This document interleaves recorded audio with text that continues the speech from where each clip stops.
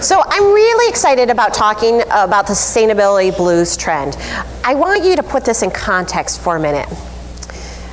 There are 7 billion people on the planet today, and that's an extraordinarily high number. It's an unprecedented number.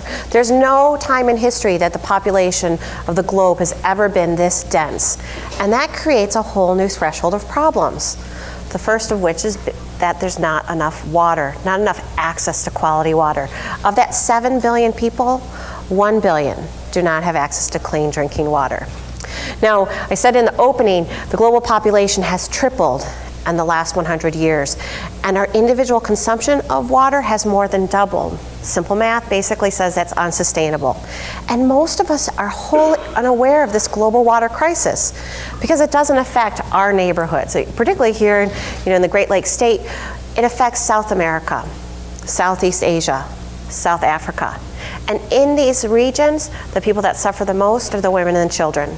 They're the ones who take on the responsibility of seeking out new water. They spend literally hours, 3-4 hours a day trying to bring water back to their village. And if you were to take all of that effort that they put in on an annual basis, it would exceed the GDP for the country of France. So Ford is proud to be one of the innovative companies that are trying to get ahead of this problem. We're looking for solutions. We talk to academics, thought leaders, think tanks, experts, other brands to say, what are you doing? This is a problem that all of us will share in.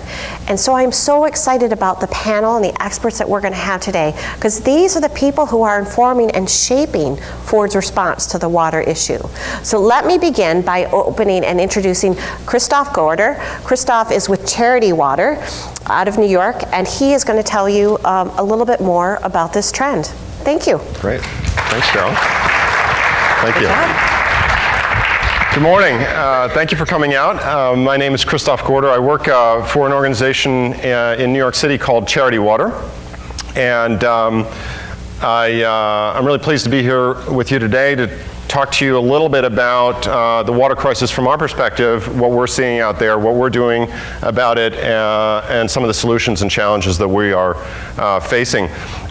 Before that, I just want to tell you a little bit about myself so that you have a little bit of context. I've spent the last 15 years working on the front lines of the humanitarian aid industry.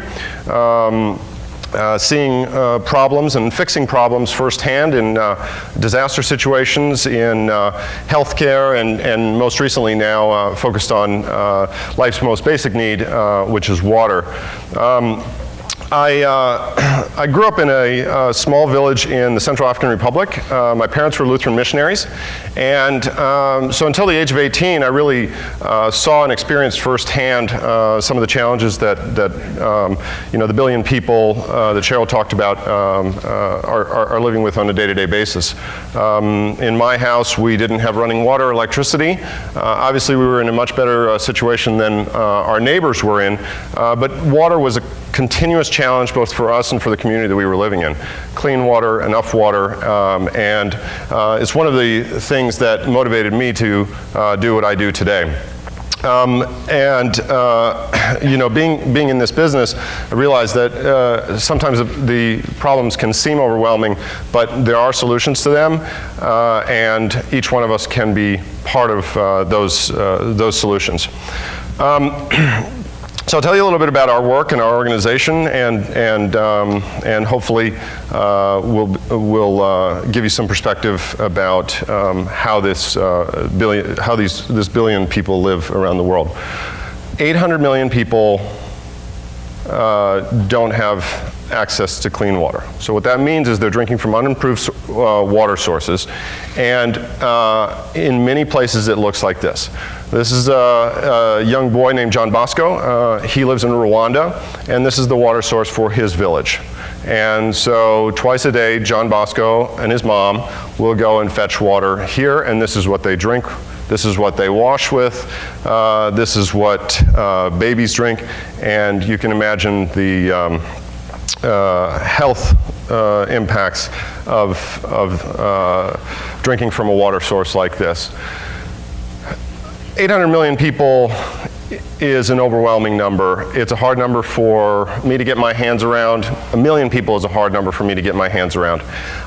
So the way we do it at our organization is we think about people on a very individual basis. We think about John Bosco. We think about Caroline, who's a little girl who lives in Uganda.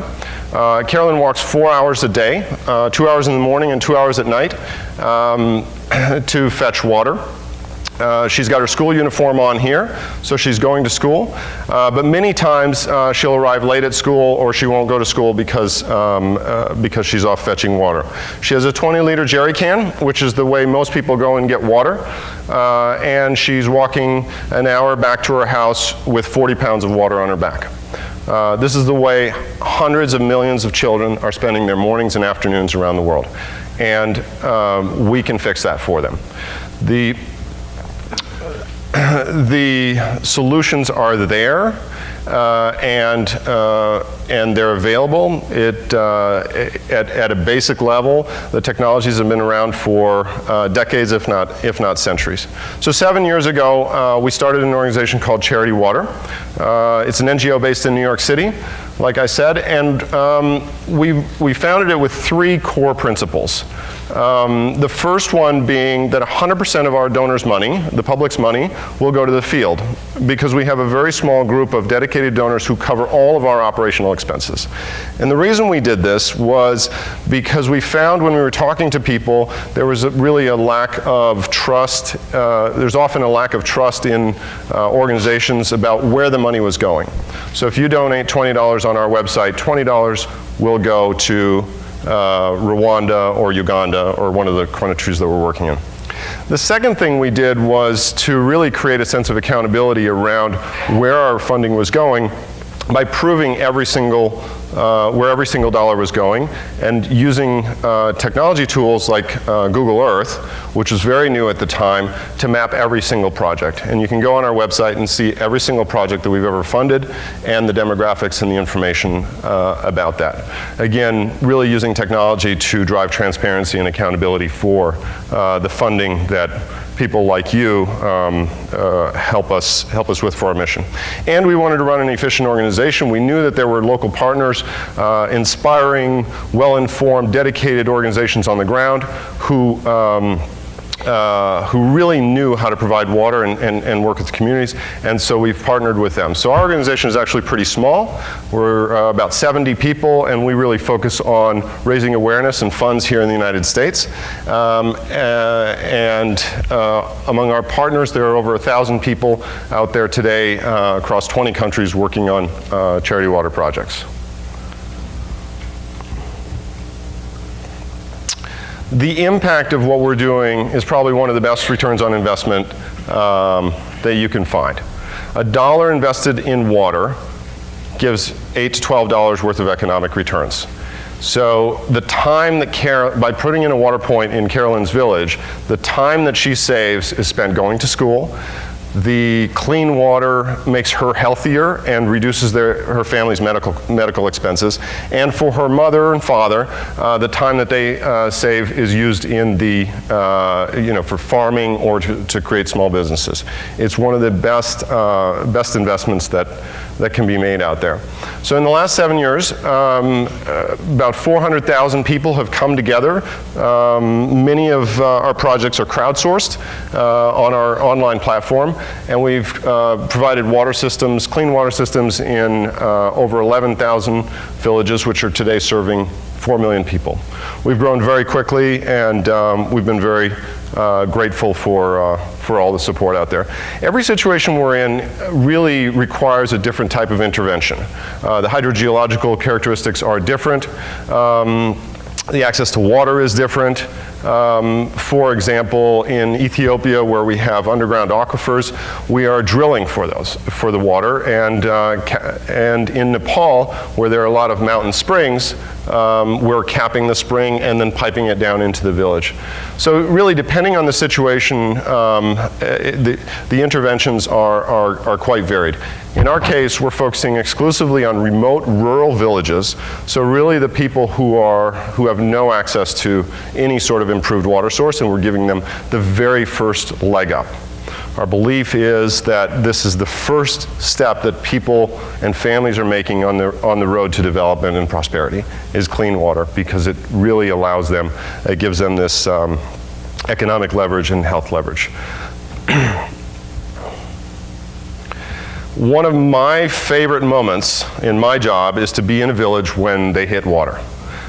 This is a picture taken in Ethiopia, and this is our rig, which was crowdsourced. About 30,000 people got together and raised $1 million to pay for this rig.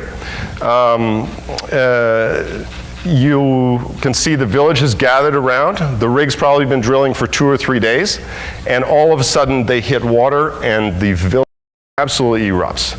There's singing, there's dancing, and people are so excited about this. The sad irony of this is that for generations, this village has been living on top of some of the best water in the world. It's 150 feet underneath them, and it's taken a small investment. A project like this costs about $10,000, and 300 to 500 people will now have access to clean water forever. We can change the problem. We can solve this problem, and 800 million people do not need to drink dirty water like you saw. We work across the developing world in some of the toughest operating environments, not just tough countries, but tough regions of those countries. And if you look at a map of water access around the world, you'll see it lines up very closely to our countries of interest. To give you a couple demographics about some of the countries we work in Ethiopia, nearly 50 million people do not have access to clean water. They're drinking water like John Bosco's drinking. And an even larger number have no access to improved sanitation, which is really a huge public health crisis because it provides all sorts of contamination and the spread of disease. So we're working very hard there. In Ethiopia alone, this year, we'll provide over 1,000 villages with clean water for the first time. In a different country, in Cambodia, the problem is less about access, because when you think about Cambodia, you think about rice paddies, and the water table is 3 to 6 feet below ground. So most people in Cambodia will dig a hole in their backyard, an open pit, and they'll have plenty of water in terms of quantity, but the water quality is really bad. So in Cambodia, what we have are biosand filters. It's a technology developed about 15 years ago, and it has it's basically a concrete block. It costs about $65 for a family, and the family builds it themselves, and we train them and provide the concrete. There's a layer of predatory bacteria on the top, which eats all of the bad bugs in the dirty water, and then there are different layers of sand which filter it out, and absolutely pure water comes out the other side. For $65, we can change the life of a family. It's absolutely unbelievable.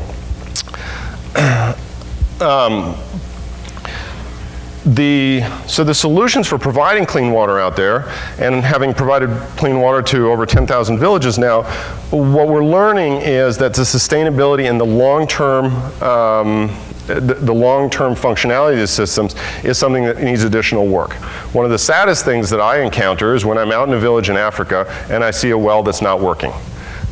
This village has finally gotten access to clean water, and something has happened that the village is not able to repair the pump. So we're investing very heavily in long-term maintenance. We're using some really innovative business models with local entrepreneurs and mechanics, and incentivizing them to go out and fix it. One of our big challenges is gathering information, because these places are so remote. So we've just developed a remote sensor that fits on a well and sends out a text message that gives us real-time data about the flow of that well. So from New York and in the country, we can monitor the health of our wells at any given time, and when they go down, we can dispatch mechanics to them. This has the potential to be transformative in our industry, where maintenance continues to be a large challenge. So we're focusing a lot on this, and we're really excited about how technology can help solve one of the intractable problems in our business. So ultimately, at Charity Water, we struggle and fight every day to achieve this image of somebody, of a community getting clean water, so that John Bosco and Carolyn never have to walk for water again, and they can go to school, and they can be productive, and they can live healthy lives, and it's something that we can change. I hope that you will join me in our endeavor. We can make a difference. One person at a time, we can solve this problem, and we will solve this problem in our lifetime. And I look forward to telling you a lot more about our work in the panel discussion. Thank you very much.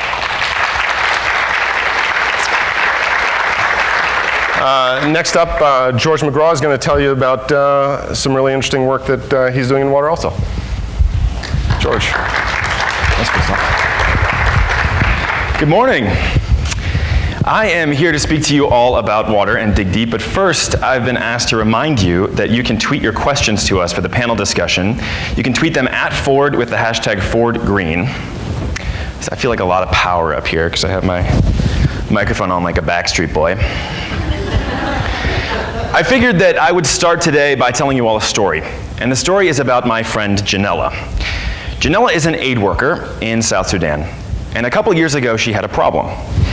She was visiting a community where her NGO had drilled a well, and when she got back to that community a couple months later, she realized that very little had changed. Health, disease rates were about the same as when she left, which means that somehow the project was failing. And it took Janella a couple weeks to figure out what was going on in this village, until one night she woke up in the middle of the night, went out to get a drink of water, and saw a mother and her child leaving their tukul hut. And she followed them. And they walked about 3 miles to a local water source that looked something like this. And they filled their jerry cans with that dirty water and brought it back to the village that Janella's organization had just dug a brand new well in. She realized that this was happening every night in every family, and that's why disease rates weren't changing. So she went to the family and asked, "Why don't you use the water we've just given you?" And their answer was really simple. "We don't like the taste of clean water." Yeah, I mean, this seems a little bit absurd to us, right? I mean, and it's heartbreaking for Janella because she knows that dirty water is the source of so many injustices in that community. It's the reason that families and children are sick. It's the reason that girls don't go to school, as Christoph mentioned. It's the reason that husbands lose their wives in childbirth and that parents lose their newborn children to infectious disease. And again, as Christoph said, here's this community standing right over the clean water that could change their lives if only they cared about clean water. But I think the real challenge is sitting here as Americans and thinking to ourselves, are we really that different? Sure, I mean, we use clean water every day. It runs through our toilets. But the average American uses about 400 liters of water a day. That's 400 of these guys, or about 100 gallons for everything we do at home: cooking, cleaning, drinking, and bathing. And yet, I think most of us in this room probably couldn't describe where our water comes from or where it goes after we're finished with it. Just like that community in South Sudan didn't realize that dirty water was the source of so many of their woes, we as Americans don't actively realize that clean water is the source of so many of our triumphs. It is the source of our health and our happiness. It is the thing that powers our carnivals and our cornfields and our cars. So, Americans don't care that much about clean water. Why is that a problem? Well, about 800 million people, have you heard, live without a safe source of clean drinking water. That's 1 in 9 of us.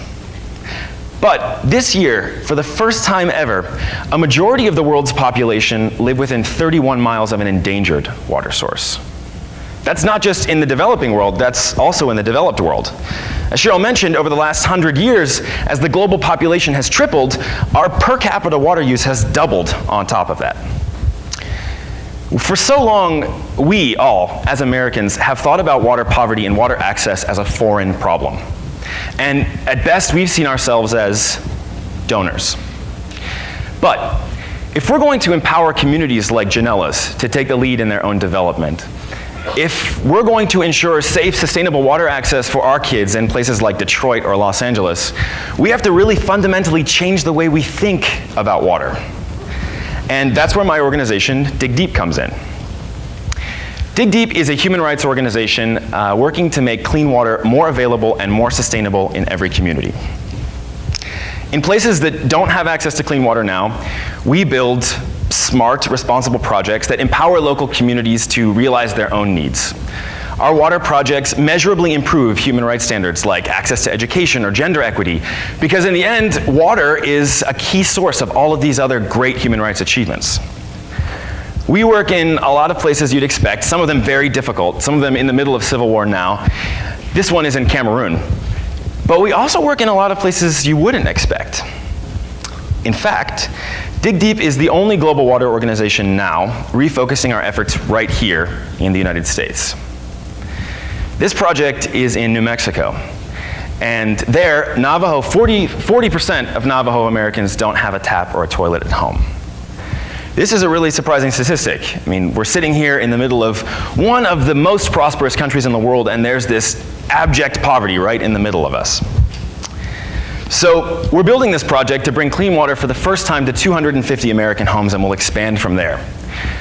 It is an incredible injustice that 800 million people live without access to clean water. But I think it's probably a pressing injustice for us to think that if you're born in the United States, a Navajo American, you're 67 times more likely than if you were born black, white, Asian, or Hispanic American not to have a tap or a toilet. This is a local problem. Water poverty doesn't just exist in places like Africa, South America, or Asia. And organizations like ours are responding to this, changing the way we're thinking about water. But that's really only half of our work. The other half of our work is inside communities that have access to water now, where we help people understand that water access and conserve it so that it lasts. One of my favorite projects we do every year, education projects, is called the 4-Liter Challenge. We challenge Americans, I'm going to try to pull these up here, to take their daily water consumption from 400 liters down to just 4 for a couple days. So you get 4 liters for everything you do, cooking, cleaning, drinking, and bathing. It's not very much, but actually it's a heck of a lot of fun. We launched this project last year just within our social networks without any major sponsorship, and we had 600 people from 6 countries participate in just a week. And they shared hundreds of moments from their challenges on social media. Pictures, videos, tweets. And the moments they shared were incredible. Some really insightful, some really smart, some really heart-wrenching, some even a little bit gross. Crap, how am I going to wash this? I don't want to use my water. I'll start by licking it clean. Who needs water when you can wipe things clean and lick them? There's nothing like a social media challenge to pull people out of the woodwork that really, they really like to get creative. It wasn't long before some celebrities, some influencers, specifically millennial celebrities, got involved. This is David Henry from the Wizards of Waverly Place, who is one of Sheryl's daughter's favorites. Today's day one for me for the 4-Liter Challenge. I'm going to be living off of the amount of water that hundreds of millions of people have to live off of each day. 4 liters of water a day. So I keep my water nice and safe in its Shasta Club soda bottle. Hashtag 4-Liter Challenge. But personally, my favorite part of the 4-Liter Challenge is when families bring it into their homes, when parents share it with their children. Because that's where this re-education, that's where changing the way we think about water really happens. Some families did it this year, and they took pictures and videos, and it was amazing to see the way their kids' perceptions of water changed. And I think, really fundamentally, it was amazing to see how those kids, in their minds, started to build relationships with other kids all around the world that struggle to get the amount of water they need every day. It really sort of leveled the playing field for all of us. What did the 4-Liter Challenge teach you? I missed my bath. You missed your bath? Yeah. Are you happy to have bath water back? Yeah. Isn't it sad that lots of little kids in the world can't ever take a bath because they don't have water? Oh, that's sad.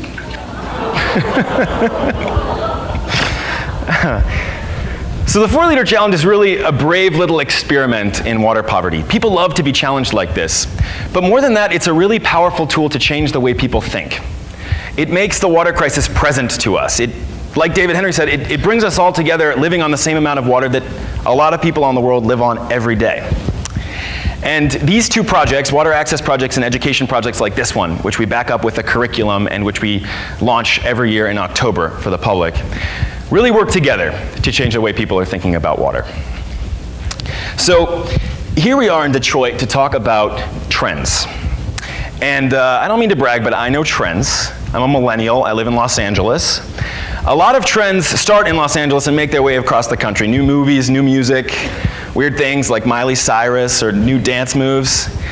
And one of the trends really gripping Los Angeles now is a historic drought. In LA, we rely on the Colorado River for all of the water we use at home to cook, clean, drink, and bathe. And we share that river with about 6 other states and 40 million people. That's 1 in 10 Americans relying on one source of clean water for their daily use at home. But scientists estimate that by the year 2060, we'll be running a deficit in the Colorado River the size of the annual consumption of the city of Los Angeles, one of the biggest metropolitan cities in the US. That doesn't just mean low water. That means for a period of the year, 7 states will be without water. Organizations like ours, Dig Deep, and companies like Ford are working together to provide opportunities for all of us, whether we're advocates or consumers, members of the press, regular old cooks and cleaners and drinkers and bathers, to reevaluate the way we use water, to better understand our resources and care for the communities that rely on them. Gatherings like this one get me really excited, because I think if we can change the way we think about water, we're not only going to avoid significant problems like a dry Colorado River, we're going to realize a very fundamental truth, that when it comes to needing water, we are all equal. Thank you very much.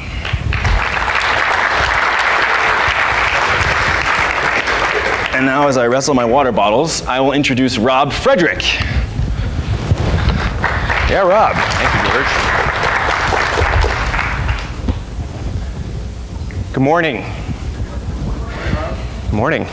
So this is sort of a homecoming for me. I cut my sustainability teeth right here in this building about 10 years ago, a little bit longer than that actually. And you know what I've always admired about Ford, and not just the friends that you make when you work here, but they're usually a few steps ahead of the rest and looking out just a bit further or far enough ahead to take advantage and understand trends. And no more was, that was most apparent to me the first few weeks on the job. I just arrived at Ford, and we released our first corporate citizenship report, sustainability report.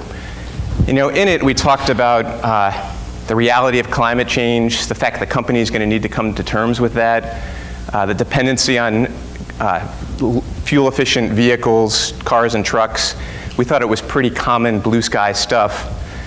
And my first introduction to the media at Ford was the day after we released the report, when we had all the nightly news stations camped out front, all of the local newspapers calling us, and they wanted to know why would we do such a thing. And I think this conference is exactly why Ford would do such a thing, is to think about what's ahead, what are the insights that you can draw from it, and really take advantage of that and be vocal about it. I mean, Ford has a voice that people listen to and hear, and so it's great to be back here with friends and the Ford family.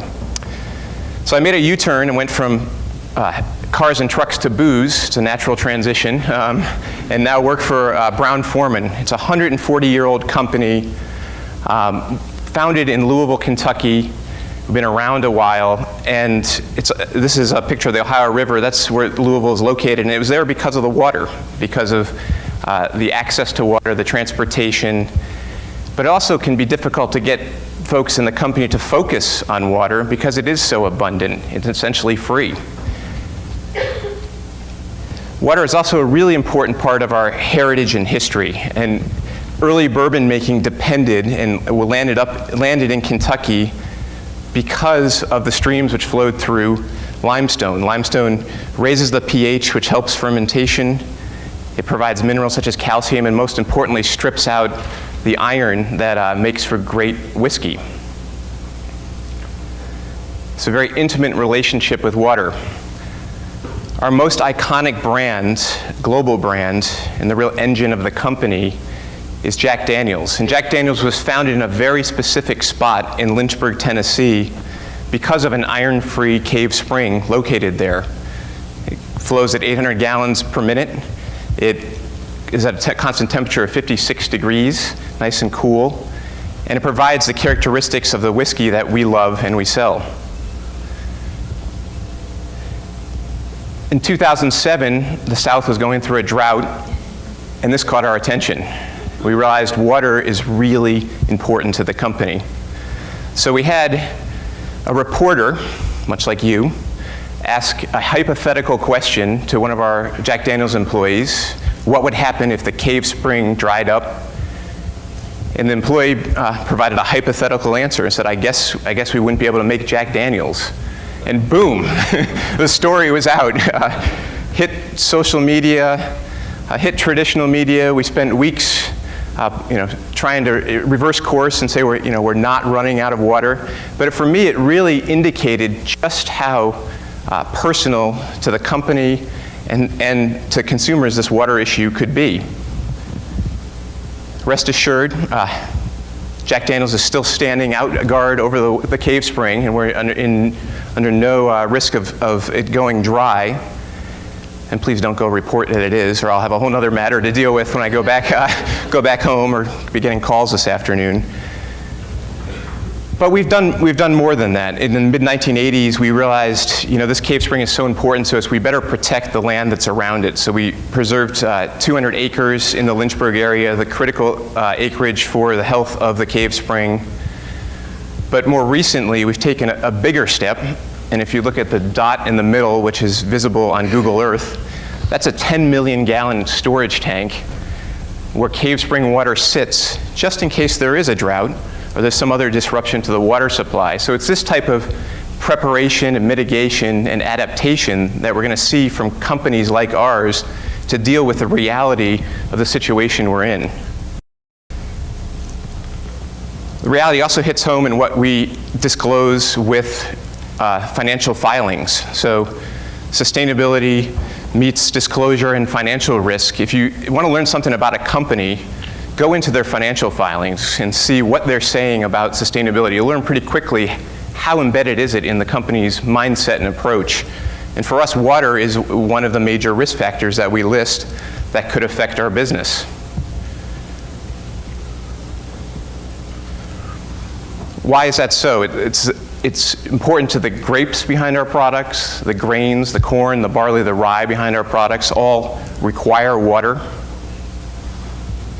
And what we're seeing is when you have too little water, a drought, or too much water, a flood, at the wrong time, in the wrong place, it can really impact our supply chain as well as the supply chain of other food and beverage companies. And this is particularly pronounced in grape growing regions in California, where the quality, the quantity, the characteristics of the grapes all depend on the microclimates which are driven by water. So they need consistent, stable environments, and that's not what we have right now in the drought in California, which was mentioned earlier. So we also see assets that we and other companies have invested heavily in moving north. So the assets we have now will not have the same value 50 years from now, or maybe sooner, when this issue is become more pronounced. It's also hit home literally. This is 2009. I was sitting in a meeting. We have a nice cafe which has beautiful windows that you look out over our campus, as we call it. And it was raining heavily, and started noticing water pooling, starting to pool some more, starting to rise. I was actually with our CEO at the time. He said, I think I need to leave. It was a flood that hit our campus directly. Stranding employees were swimming to work, millions of dollars in direct damage. So we're taking some measures on our own, some really common sense measures in our operations to address water efficiency and water conservation. Drip irrigation in our vineyards at Sonoma-Cutrer, Corbel-Champagne is common. We built a state-of-the-art water treatment plant at our Herradura tequila facility in Amatitan, Mexico. And we were recognized by the Minister of Environment from Mexico. They came out and did a press conference, which we felt great about. It's nice to get the accolades, nice to be recognized. But the irony there is that we were only meeting or going slightly beyond regulation. The fact that they were coming out to recognize us means that there are many that are not even at regulation in terms of water quality. We also use our brands to speak directly to consumers. Finlandia is a vodka made in Finland from pure glacial spring water. The water is an essential element to the brand story and identity. And so they've found some great partners to go and raise awareness with consumers. Surfrider is one that they work with in California that protects and enhances waves, beaches, and oceans for recreation and preservation. It's a great fit in terms of alignment with the brand. An even stronger one is with the Billion Oyster Project. The Billion Oyster Project is trying to preserve 1 billion oysters and raise awareness of the importance of oysters to places like the Chesapeake Bay. So when someone sits down in a bar and is having an oyster shooter, which is delicious, a little oyster with some vodka and tomato juice, there's a chance to actually engage them on a bigger agenda, a bigger platform. And it's worked really well for Finlandia, so they're expanding it in the coming year. Perhaps the most interesting work we do is in partnership with others. So you'll recognize some of the logos on this slide. And in the marketplace, the soft drink or beverage alcohol marketplace, we are fierce competitors. But when it comes to sustainability, we get together and talk about standards and performance. And you can see here, production across all those groups has gone up in recent years. Water use has gone down. And that's a great trend, to be making more, using less water.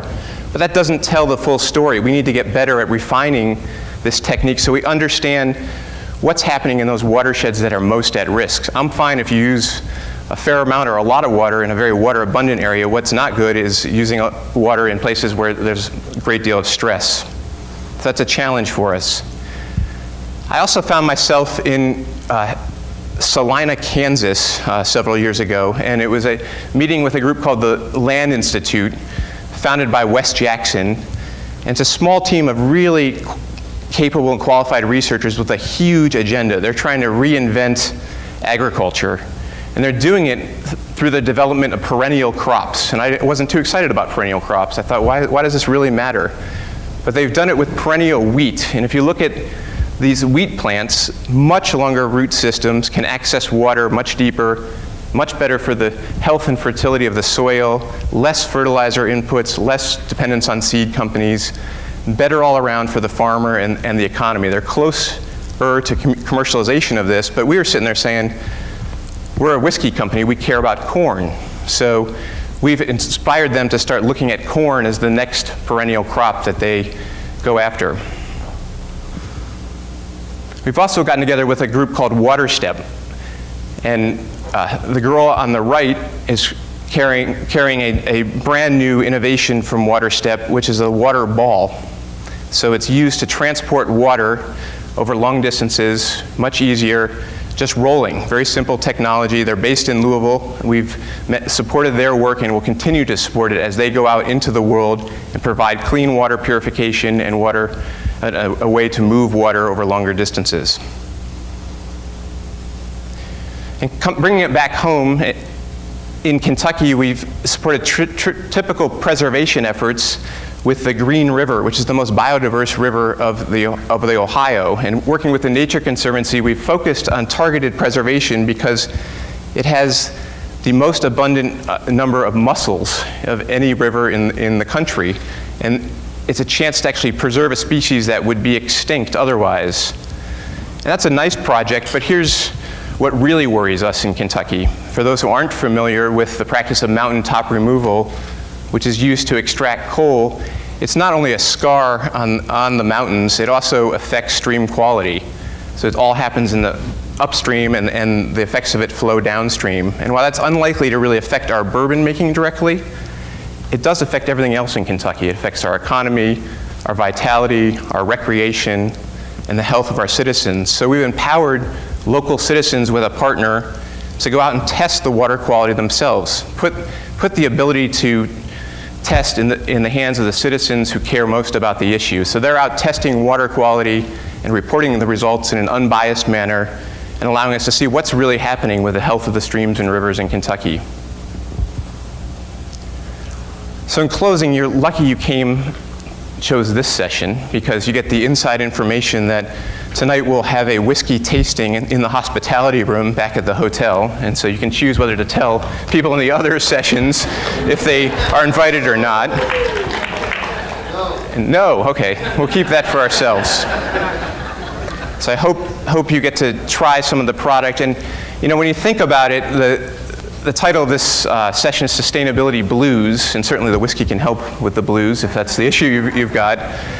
But I hope that it really helps to inspire connections and conversation and new ideas. You know, it's a way to inspire and connect with one another. And lastly, while you're doing that, I just remind you to drink some water in between. It's a great strategy, responsible drinking strategy. You'll be happy you hydrated, and it'll pay off tomorrow. So thank you.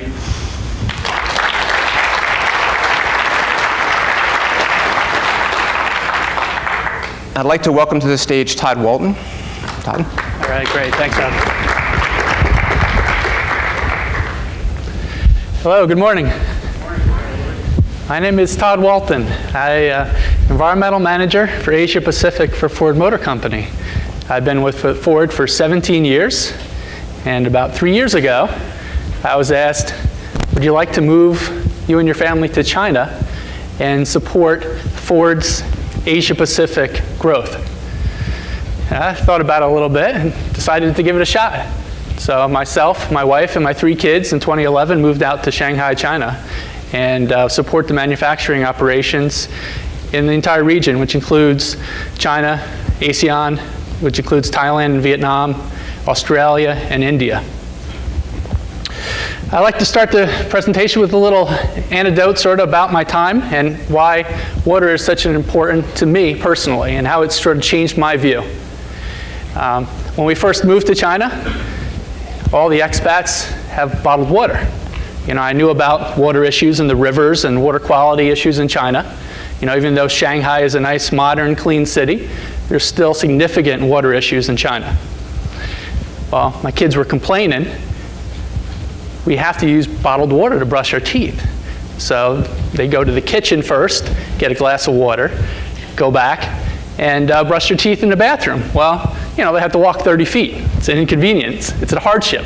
I've overheard them talking to their friends in video chat about, yeah, you can't even drink the water in China, you know.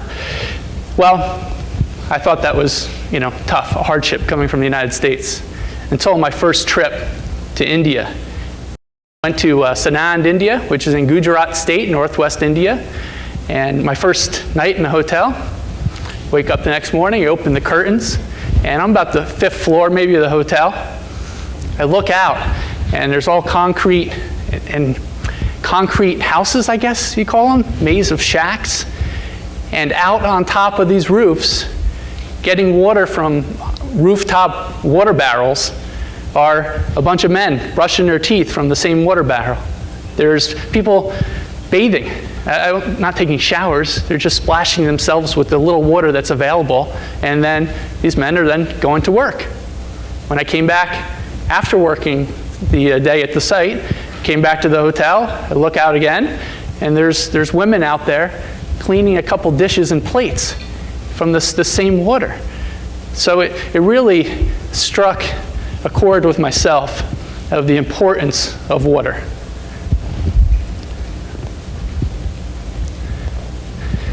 And Ford has made significant progress in water conservation. Over the last decade, we've implemented new technologies at our plants to reduce the amount of water that we use to produce our vehicles. In fact, through reducing water, through cooling tower usage in our painting operations, some of the significant sources of water usage at our plants, we resulted in a 62% reduction in water usage since 2000, saving 10.6 billion gallons of water.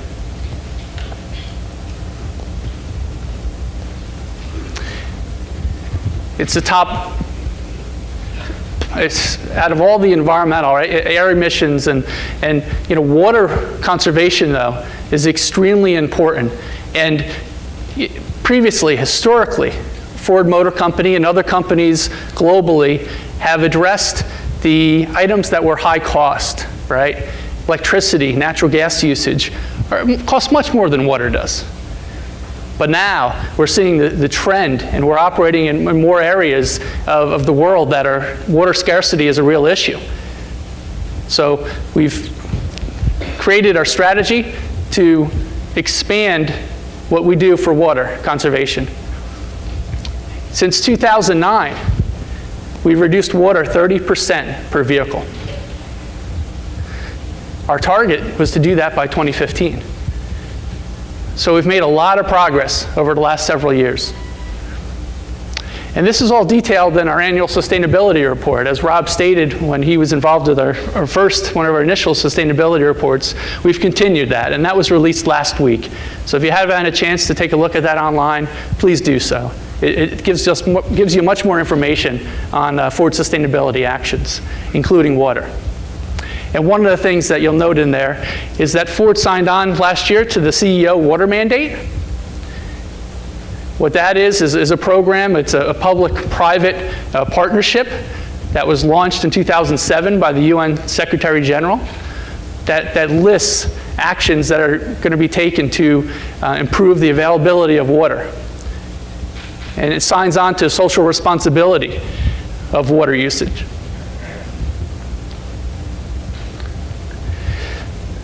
So, okay, we've met our target. We're 2 years ahead of schedule. What are we going to do now? Well, what Ford is doing is we're expanding that strategy. We're going further, okay? So later this year, we're going to work with our suppliers. And let's share our best practices with our suppliers. And what we're also going to do is we're going to request our major suppliers to voluntarily report to us their water usage. Make sure that they're measuring their water, they're conserving their water, so that we monitor the whole life cycle of the vehicle. And here's some of the different items that are part of our new expanded strategy. And it really is a holistic, all-inclusive strategy, meaning that previously, we just worried about our direct operations. Well, now we're including our suppliers. We're including NGOs and local governments. And we're also, through Ford volunteer projects and other activities, we're also engaging the community in the areas where we make cars and sell cars. So I'd like first to give you a couple examples of some of the successes we've had at our manufacturing facilities globally. The first example is in Cuautitlán, Mexico. We have a stamping and assembly plant. And it was built in 1964. In 1964, in this area, water was readily available. But in the 1990s, the local government actually recognized that, hey, demand is outstripping the available water supply in this area. So through creative thinking by the plant employees, they've developed many creative ways to save water. And they've actually reduced water by 58%. One of the things that they did is, in the United States, when you turn on the tap, the water is potable water. Potable means drinkable water. Okay, it's safe to drink. Well, to maximize the reuse of water, we separated the potable water, the water that we needed for employees to drink, versus the non-potable water. And that allowed us to recycle and reuse as much of the non-potable water as we could into our manufacturing processes. In addition, in India, our existing plant in Chennai is zero wastewater discharge. That means no water leaves the site. We recycle 100% of the wastewater. Either it's used back in our processes or it's used for irrigation. We're following that up with our new plant in Sanand. Northwest India that I talked about previously that I've visited many times. We're also doing zero wastewater discharge. We're using a new technique, rainwater harvesting, where we're collecting rainwater during the monsoon season and then reusing it in the dry season. So those are just a couple examples of what we're doing to support our direct operations. In addition, the second large part of this, one of the items in our new strategy is to help the community. We're all part of the same community. When we go to a different area and build a plant, right? And hire a workforce, all right? And we have new neighbors, potential consumers. It's important that we minimize our impact and actually support that community. And what we've done in Sanand, India, is we've actually gone to local preschools, government-run preschools, and there's historic issues with the quality of water, like you've heard previously. Women and children especially have to go and get the water and bring it back to the village. And that takes away from education. And then you also have a high incidence of diseases. So what we've done as a first initial step is we've gone and in 30 preschools in India around our Sanand facility, we've gone and installed water filters, and that affects 18 villages and 1,500 children.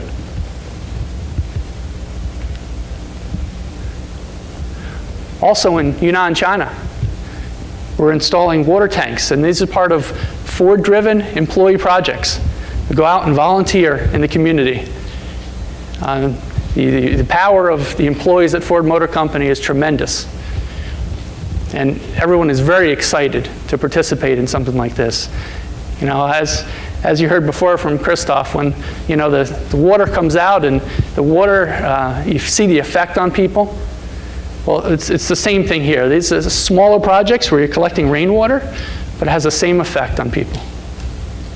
So here you're building water tanks to collect rainwater, reusing that rainwater during the dry season.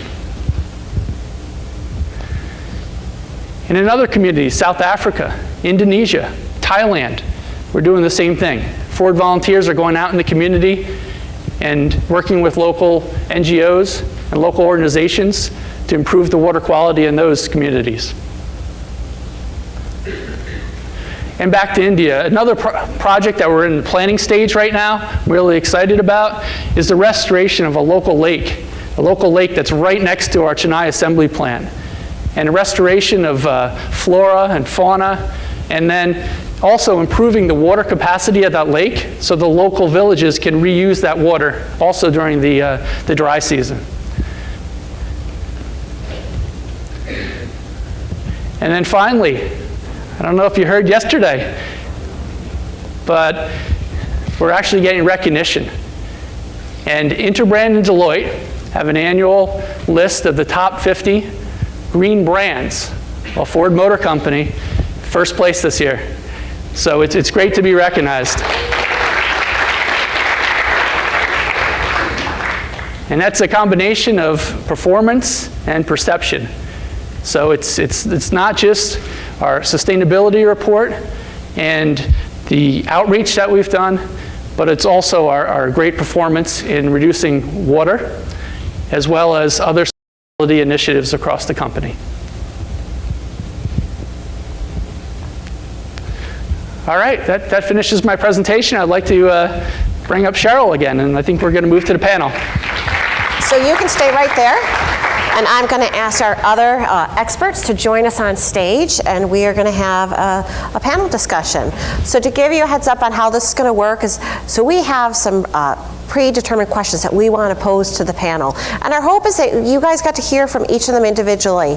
But the panel is to try to bring out insights that might never have occurred had we not brought all of these experts together in one place. But you too will get your opportunity to ask your questions. Again, we encourage you to please tweet your questions to #FordGreen, and we will take those towards the end of the program. So thank you. All right. Can you pull your seat a little forward?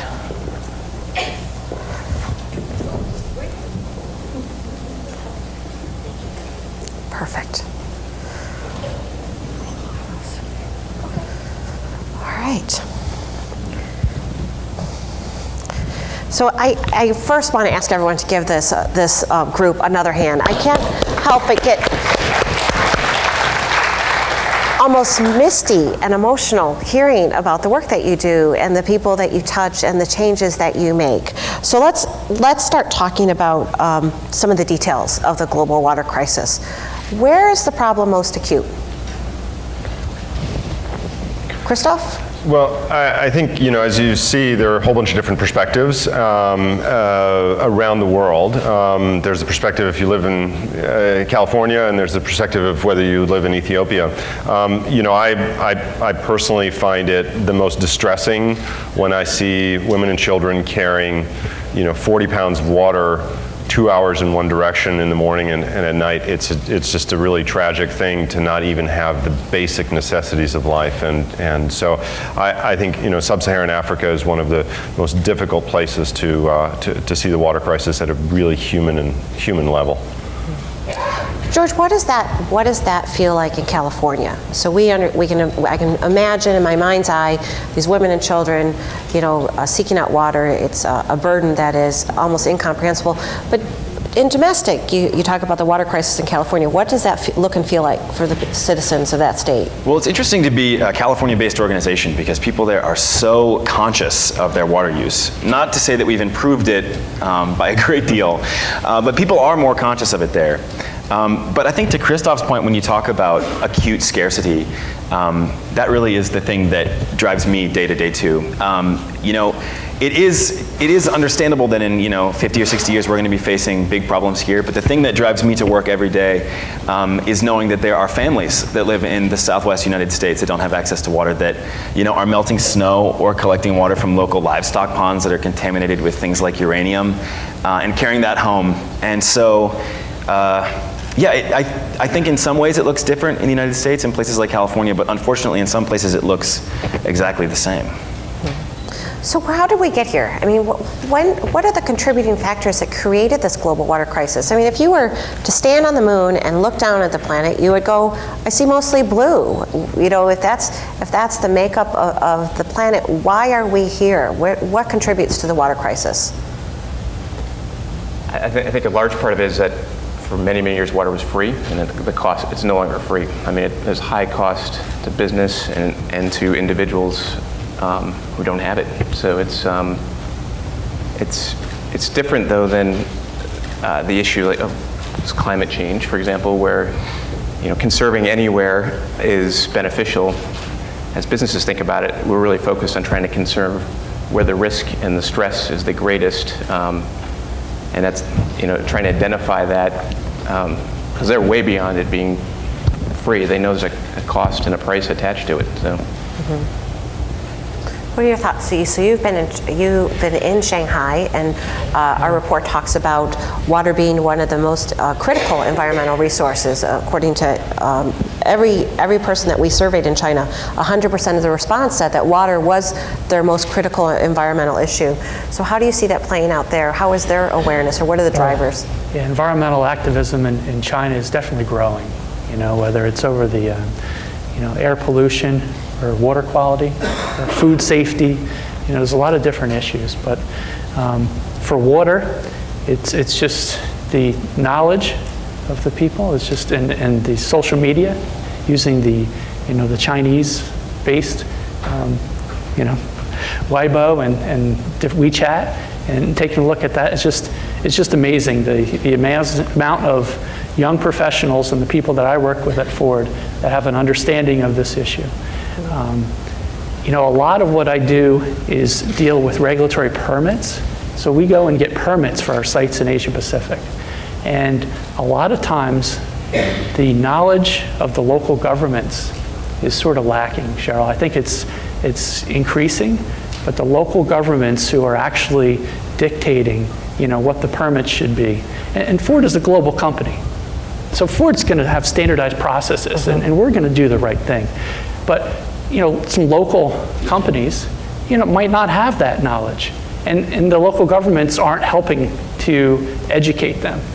So I think that it really resides in the people, and especially the young people, to drive this process in China and make sure that everyone understands that, saving, conserving water is important and will be more important as these countries develop. What I really like about go ahead. Yeah. what I really like about what Christoph and George have done is just to make it personal. The 4-liter challenge, giving Caroline a name. My daughter's name is actually Caroline. All of a sudden, the resonance is so much greater because there's lots of people who have plenty of clean and abundant sources of water, but it immediately takes you to another place that you might not be physically, but gets your mind around what others are facing. And that ability to make it personal is so important. I was going to say too that it's important to clarify that we're not running out of clean water in any meaningful way around the world. We have plenty of potable water, and there are so many new technological advances that are going to catch up with us. Not that we should be relying on them. The significant problem is that as humanity has changed, and as we've migrated to new places or lived in new ways, as you mentioned, we're starting to live more and more unsustainably. And so in specific places, we're facing water scarcity, but as a global community, we have plenty of water. It's about really addressing the issue, whether it's acute or not, in the place that you live and work. And that's what's so admirable about Ford and what's so admirable about a lot of human communities that are making that choice. I think as economies grow, your water consumption obviously goes up. We're seeing this a lot in China. China's a water stressed and water scarce place already. On a per capita basis, the average clean water, the fresh water that's available to the average Chinese person is 25% of the global average per person. So as a country, water is a very scarce resource for China, and as it continues to develop, it's developing. Its development is explosive. It will become a major strategic thing for China, and we're going to see that across the world as people, increase their use of water. We see that immediately in the villages that we're working in Africa. So one of the key metrics we're looking at is the increased consumption. If you have to carry water 2 hours, you're not going to use a lot of water. If you have to carry water 5 minutes, you're going to use a lot more, which means better hygiene and more consumption. But it also means that there's less water available. So it's interesting that you talk about China, because China in the last decade took over Japan as being the largest consumer of luxury goods. And when we talk about water, we think of it as a plight of the poor nations. And China is, it's now we're starting to see China affect wealthier nations. How are we addressing that? I mean, how do you share the burden, to your point? How do you make the wealthier countries participate in this global challenge? I think through education. Education, I mean, that's the way to do it. I mean, I truly believe that it's the students and the recent college graduates that are going to lead this and take this over. Because historically, water has been cheap. And it's hard to change people's views on water, right? And as China grows, right? The population, they want, like you said, the luxury goods, right? Well, they want what the rest of the world has, right? Especially the United States and Europe, right? They want the luxury goods. They don't want to be restricted. But I think that if we can educate and, show them the importance of water conservation, and not everyone in China filling up swimming pools, 20 years from now and wasting water, but, show the world that, hey, this is the importance of water conservation, and I think that would be the key, is education. So how do you get people excited? I mean, how do you engage people and get them excited about the water issues and conservation activities? Oh my God, it's so hard. It really is the hardest thing we do on a daily basis, whether it's through storytelling or, sort of innovative educational challenges, or whether it's through, communicating what your brand is doing at a buyer's level when they, shoot an oyster shooter. We won't have those tonight, just to be clear. We're seeing a lot of creativity, which I think is great. And we're seeing a lot, I know Christoph can speak to this too, we're seeing a lot of energy. And when you have some big global trend like water that people are starting to care about more personally, the kind of way that millennials in particular and the very end of Generation X are approaching things like networking, social networking, or their personal relationships, issues like this are so much more present than they used to be. They're present in the things that people buy, they're present in the decisions people make in their homes, they're present in the celebrities that they have affinities for, or in the events that they attend. And so it is a really hard thing to get that ball rolling and to make it sexy to people, water. But I think that if there was ever a time to do it, it's going to spread like wildfire now. It's hard to get, it's hard to get people to think about, it's not just their water use, it's also their energy use, and the energy policy is so tied to the water impacts that we have. The source of energy, the energy intensity, is often very related to the water intensity. Think about the fracking issue that's going on right now, the mountaintop renewal point that I made earlier. That's all thirst for energy, which may be cleaner or greener or lower greenhouse gas emissions, but has all kinds of water implications. And as a country like China goes down that path, are they able to think differently than the US, which is really stuck in the energy policy development world? So George talked about water issues being sexy, and I have seen some of the videos from Charity Water, and I think that's an appropriate term. Can you tell, Christoph, the audience here about some of the marketing programs that you've had? Yeah, so we have an amazing team at Charity Water, and we focus a lot on story. One of the things that has been, sort of the core of our support, and what we're really proud of is our crowdfunding platform. And so much of our revenue is driven online by people running grassroots campaigns, and it's so inspiring to see people take the issue and make it their own. So our core ask is to say to people, give up your birthday next year, and rather than your friends giving you presents, you can start a campaign page and they can donate to that. And 100% of your money will go to the field, and we'll prove to you where your money went. And so that's been a real driver, allowing people in their own communities to do this themselves and speak to the people that they love and know about the issue. We've found now it's gone much more broad than that. And so we had a girl promise to eat only rice and beans for a month, and she raised $7,000. We have people climb mountains and run marathons, and through all of this process, they're having fun, they're engaging their community, and they're raising money for clean water. And the power of the internet is able to harness that and channel that, and it's amazing. One of our most dramatic stories was a little girl in Seattle who ran a campaign to raise $300 for her 9th birthday. She only raised $220, and she was proud of that and was going to try again the next year. And a couple years after her 9th birthday, she was tragically killed in a car accident. And her church started donating to her campaign, and then Seattle started donating to her campaign, and then it went global, and Rachel's fund raised $1.2 million. Wow. And gave clean water to almost 50,000 people. And the power of the story, not just in the delivery of the water to those 50,000 people, but you think about the 100,000 people that donated to this campaign thinking about water and becoming more conscious. The internet can help us, and story is a key part of that. So on a personal note, I got to visit Charity Water in December, and I was so excited about it. I went home and I shared the videos with my daughters. And so my 10-year-old daughter, Tess, wrote to all of her relatives and said, for Christmas, I don't want any gifts.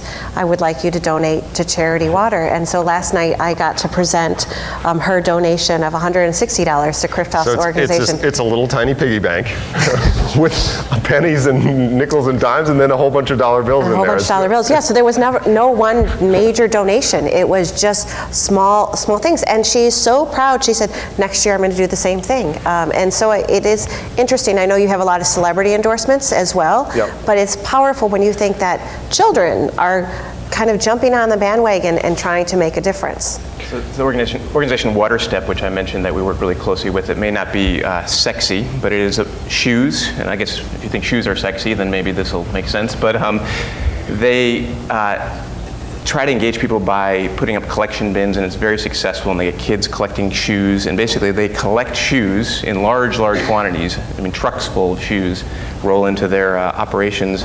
They turn around and sell those shoes to a broker who will go sell them in a very low-cost way around the world, and they use that money to fund water programs. And so it's actually an opportunity for people to donate the many shoes that reside in our closets and should be used again and again, and also do raise awareness about the water issue. And we've done it within our company, and it's been very successful.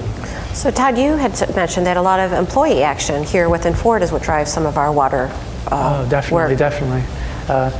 For example, in India, I got a call from the environmental engineer at the plant in Sanand. He said, "Does Ford celebrate World Water Day?" And there's Earth Day, Water Environment Day, Water World Day, and there's monthly basis. There's environmental days that are, created by different organizations. And I said, "No, we really don't have any specific agenda for World Water Day." And he came back and said, "Well, I'd like to do something." I said, "Okay, yeah, what are your ideas?" And he ran a contest with all the employees, 5,000 employees and construction workers at the Sanand plant. And a lot of migrant workers don't speak English, only speak Gujarati, the local language. And he ran a contest to get water conservation ideas. And people, construction workers, who you think really don't know anything about water or really don't care about water so much, and they're writing on scraps of paper their ideas to save water. So 1,000 ideas that we collected. And it's just great because then it's cascaded, right? Mm-hmm. I've gotten feedback from employees, "Oh yeah, when I visit this site, oh, that Water a Day event was great. I went back and told my family, my kids are involved now. They're so excited that I work for a company that prioritizes water conservation." So what I'd like to do is open it up some of the questions that we have coming in through social media. Again, feel free to forward your questions to #FordGreen. I have one question from Andrew Edwards, who wants to know, once a new water source is created, has there ever been power struggles to control them in tough areas of the world?